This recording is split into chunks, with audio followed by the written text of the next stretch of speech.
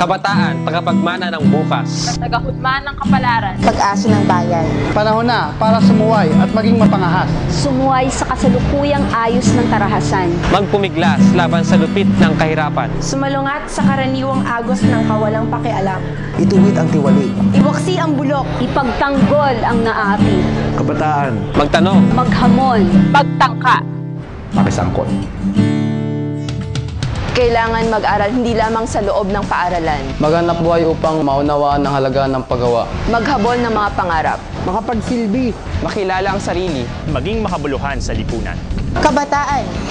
Kailangan magpatuloy. Kailangang pumadyak. Kailangang kumampay. Kailangang huminga.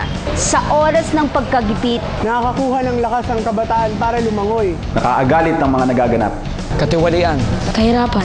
Kawalang katarungan. Pero ang galit natin ang ating armas. Tulad ng ating mga bayani. Nagsilbi sa kapwa at nag-alay ng buhay para sa bansa. Kung kailangang nasa bingit at pinagmumuntik-muntikanan. Doon tayo lalong nagiging matalas. At mas mapangahas. Walang ibang tagapagmana ng bukas kundi tayo. Walang ibang maghuhulma ng bukas kundi tayo. Kabataan, panahon na para sumuway at maging mapangahas. Ngayong eleksyon, susuway tayo sa dikta ng kawalang pakialam at kawalang katiyakan. Hindi tayo magkikimi. Nihihingi ng paumanhin.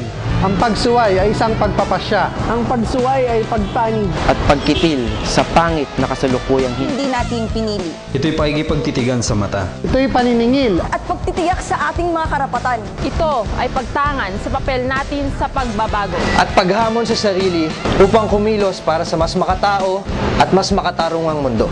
Kabataan. Magtanong. Maghamon. Magtangka. makisangkot.